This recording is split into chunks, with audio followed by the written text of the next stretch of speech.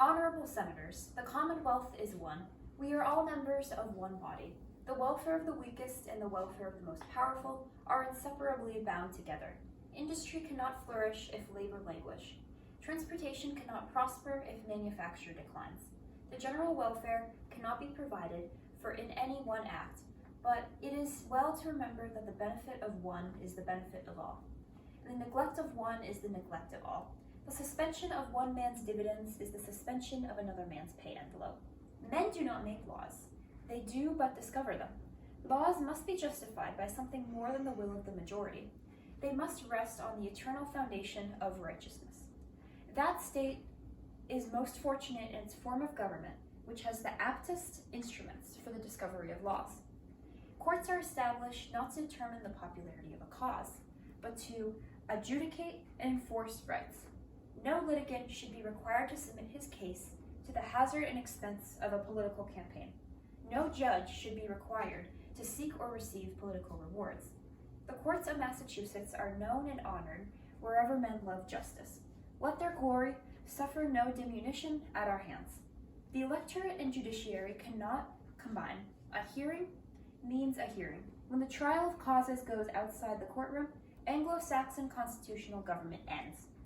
The people cannot look to legislation generally for success. Industry, thrift, character are not conferred by act or resolve. Government cannot relieve from toil. It can provide no substitute for the rewards of service. It can, of course, care for the defective and recognize distinguished merit. The normal must care for themselves. Self-government means self-support. Man is born into the universe with a personality that is his own. He has a right that is founded upon the constitution of the universe to have property that is his own. Ultimately, property rights and personal rights are the same thing. The one cannot be preserved if the other be violated. Each man is entitled to his rights and the rewards of his service, be they never so large or never so small. Have faith in Massachusetts. In some unimportant detail, other states may surpass her. But in the general results, there is no place on earth where the people secure, in a larger measure, the blessings of organized government.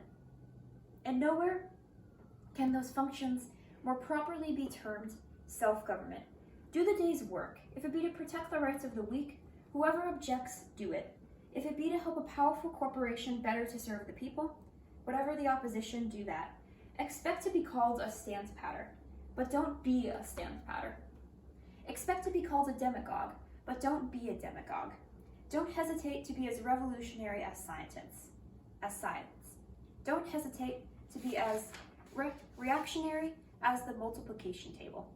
Don't expect to build up the weak by pulling down the strong. Don't hurry to legislate.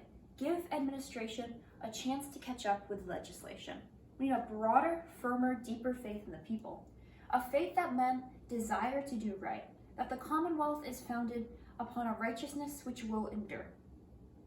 A reconstructed faith that the final approval of the people is given not to demagogues, slavishly pandering to their selfishness, merchandising with the clamor of the hour, but to statesmen, ministering their welfare, representing their deep, silent, abiding convictions.